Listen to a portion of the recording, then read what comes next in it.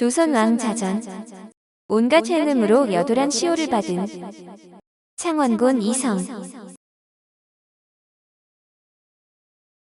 창원군 이성은 세조의 사남이자 서처남으로 막내 아들이며 어머니는 근빈 박씨인데 시호는 장소이며 성장한 세조의 자녀들 중에서 세조 측 이후 태어난 유일한 아들입니다. 성종실록 7권, 성종 1년 9월 18일 개사 5번째 기사. 1470년 명 성화 6년. 창원군 이성의 혼례를 행하여도 무방한지 묻다. 창원군 이성의 혼례를 세조의 부묘전에 행하여도 가하겠느냐 하니 원상 신숙주가 대답하기를 담제를 이미 행하였으므로 혼례를 올려도 무방합니다 하였다. 세조 13년인 1467년에 창원군으로 봉해졌고 성종 1년인 1470년에 혼인을 했는데 성종실록에는 그가 여러 가지 사건 사고를 일으킨 내용이 많이 나옵니다. 성종 3년인 1472년에는 형 덕원군과 함께 회엄사에 불공을 드리러 갔다는 이유로 형조에서 죄줄 것을 청했는데 대간들이 끈질기게 처벌을 요청했으나 성종이 무시해 그냥 넘어갔습니다. 여기까진 그럴 수 있지만 1477년에는 충청도 온양에 목욕하러 간다면서 하라는 목욕은 안 하고 여러 고을을 놀러 다니며 수령들을 능욕하고 나라에서 관리하는 역마를 함부로 타고 다녔습니다.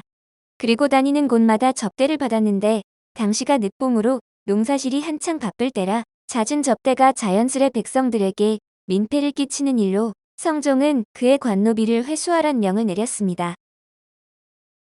성종실록 78권, 성종 8년 3월 5일 임신 2번째 기사. 1477년 명 성화 13년. 창원군 이성이 민폐를 끼침으로 행대를 보내고 단양군 홍상도 주의하라 하다. 경연에 나아갔다. 강하기를 마치자 대사원 기능육과 아르기를 창원군 이성이 처음에는 온양에 목욕 갈 것을 청하였는데 그곳에 도착해서는 목욕은 하지 않고 공주 등지로 돌아다니면서 수령을 능욕하고 있으니 지금 농무가 바야흐로 시작되고 있는데 음식을 대접하는 패단이 많을 것입니다. 또 들으니 일행들이 역마를 타고 다니는 자가 많다고 하는데 이것은 반드시 감사가 주었을 것입니다. 청컨대 빨리 오라고 명령하시고 또 행대를 보내어 감사에게 역마를 함부로 내준 것을 책문하게 하소서 하니 임금이 말하기를 나는 실로 알지 못하는 일이다. 그 민폐가 어찌 적겠는가.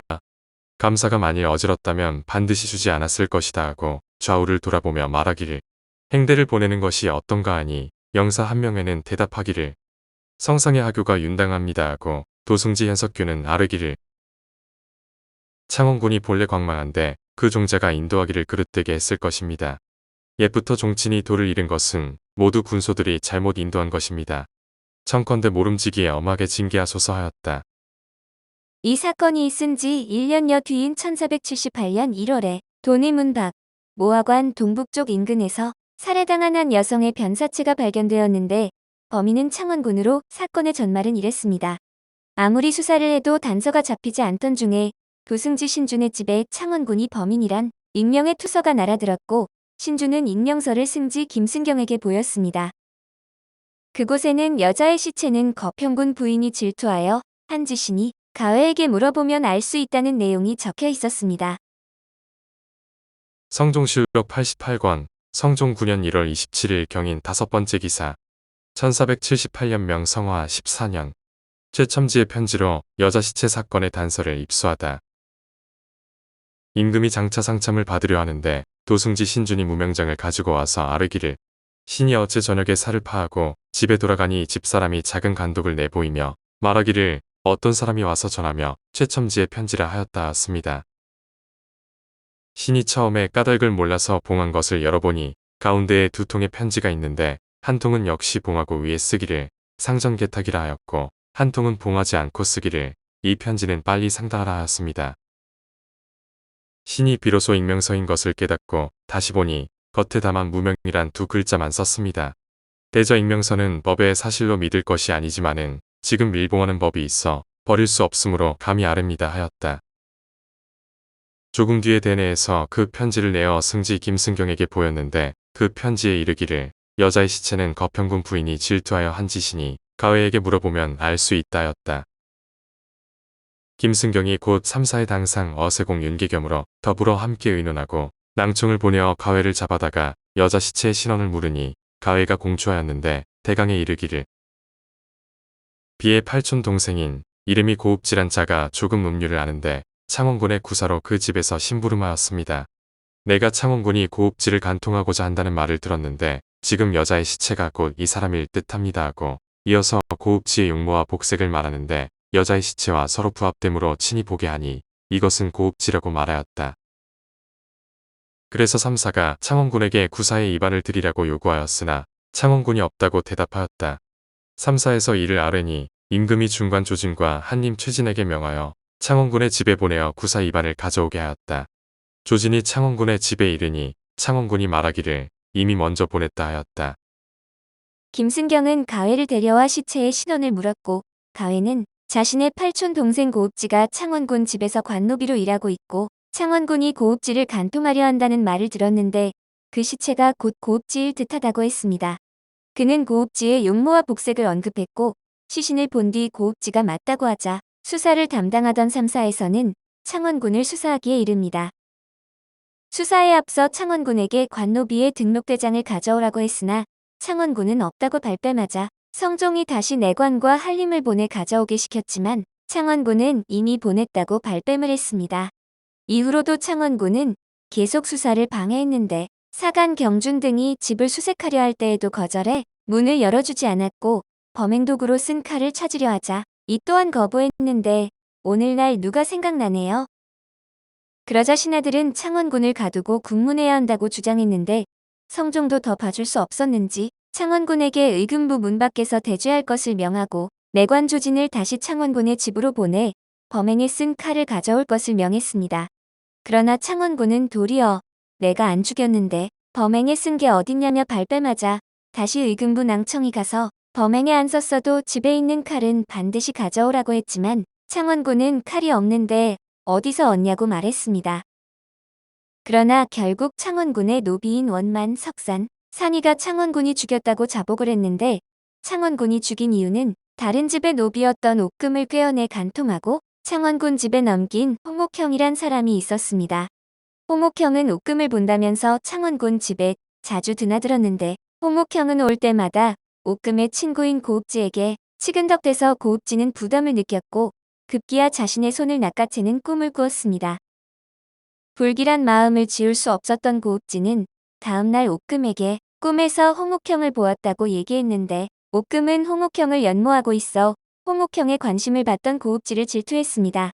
그래서 다른 종들에게 고읍지의 꿈 이야기를 고읍지가 홍옥형을 마음에 품고 있어 그가 나오는 꿈을 꾸었다는 식으로 왜곡해서 말했고 그 말이 창원군의 귀까지 들어가고 말았습니다. 고읍지에게 흑심을 품고 있었던 창원군은 질투심에 화가 나서 다른 종들을 시켜 고읍지를 죽였던 것인데 살해 방법도 굉장히 참혹해서 행랑 처마에 매단 뒤 칼로 베었다고 합니다. 성종실록 88권 성종 9년 1월 29일 임진 두 번째 기사 1478년명 성화 14년 창원군의 집을 삼사가 재조사하다. 삼사에서 창원군의 집에 행흉한 곳을 다시 살피니 흐른 피가 땅에 있고 불인 피가 벽에 가득하였으며 원만을 시켜 행흉하던 형상을 하여 보게 하였더니 하는 짓이 과연 그럴듯하였다. 삼사에서 범행 장소를 다시 살폈더니 흐른 피가 땅에 있고 뿌린 피가 벽에 가득했다고 하는데 사건을 조사했던 삼사의 관원들은 물론 성종의 형 월산대군과 영의정 정창손까지도 창원군을 처벌할 것을 주청했습니다. 그러나 창원군은 종친이라는 이유로 사형을 면했고 이후 충청도 진천현에 부처하려 했으나 대왕 대비였던 정희왕후가 세조의 친아들들은 창원군 형제뿐인데 차마 못할 짓이라고 말려 부처는 없던 일이 되었습니다. 이에 신하들은 부처 철회는 부당하다며 몇 번이나 상소를 올렸지만 성종은 무시했고 그해 10월 4일에는 거두었던 직천마저 돌려주었습니다. 창원군은 성종 15년인 1484년에 향년 26세로 사망해 여도란 시효가 추증되었는데 여는 지난 허물을 뉘우치지 않는다는 의미입니다. 누가 봐도 나쁜 뜻이라 당시 살아있던 창원군의 어머니 근빈 박씨가 시효를 고쳐줄 것을 성종에게 요청했고 한명회와 노사신도 거들었으나 다른 대신들의 반대로 그냥 두었고 결국 정조 때의 장소로 바뀌었습니다. 묘는 경기도 시흥군 동면 신림리 팔해동 지금의 서울대학교 자리에 있었으나 도시개발로 1968년 8월 14일 경기도 파주시 교화읍 다일리로 옮겨 현재에 이릅니다. 아들과 손자들의 무덤 역시 창원군 묘 주변에 있어 하나의 가족 묘역을 형성하고 있는데, 묘역은 2009년 11월 3일 파주시 향토 유적 27호로 지정받았습니다. 정부인으로 증찬성 노우신의 딸인 덕양 군부인 교화 노씨와 일개 부인으로 증좌찬성 정익의 딸인 광성 군부인 광주정씨, 이계 부인으로 판관 한찬우의 딸 군부인 청주한 씨가 있습니다.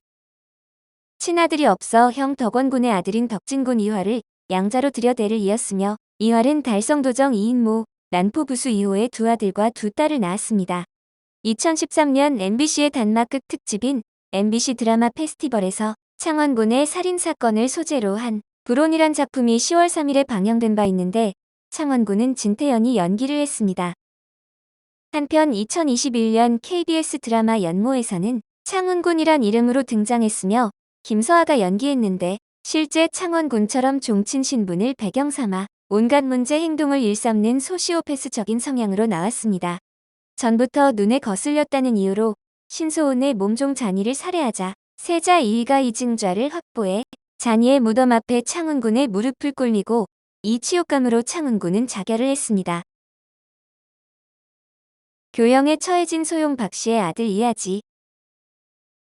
이 밖에 세조에게는 수양대군이던 시절 첩이되어 자식까지 낳았으며, 세조가 즉위하자 내명부 후궁 소용의 봉해진 후궁이 낳은 아들인 이아지가 있었습니다. 세조의 관심이 멀어지자 소용 박씨는 세조 11년 9월 종친이었던 구성군에게 연서를 보내는 사건을 일으켰고, 이에 분노한 세조의 명으로 교형에 처해졌습니다. 이 이야기는 문역들 조선 후궁열전 외도를 하다 교형에 처해진 소용 박씨를 비롯한 세조의 후궁들에 자세하게 소개되어 있으며, 이아지는 5살에 요절을 했는데 실록에 죽었다는 기록이 나옵니다. 세조실록 31권, 세조 9년 11월 24일, 무인 첫 번째 기사 1463년명 천순 7년. 이경의 후궁 박소영이 낳은 아들 아지가 죽다. 이경의 아지가 조라니 예조에서 상장의 의식을 의논하여서 아뢰었다. 오늘 조선왕자전은 온갖 행음으로 여도란 시호를 받은 창원군 이성이었습니다.